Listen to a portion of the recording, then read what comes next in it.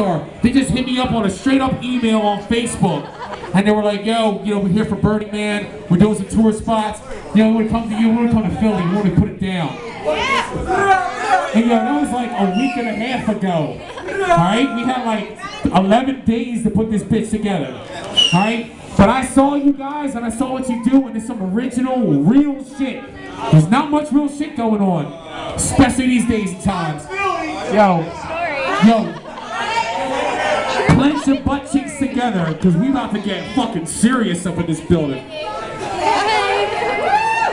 So without further delay, on a 1, 2, and 3, I present to you straight from Australia. Oh my God! It's that fucking serious! Make some noise! This is how we get down. This is Dubstep Mafia, Lift Down Streams.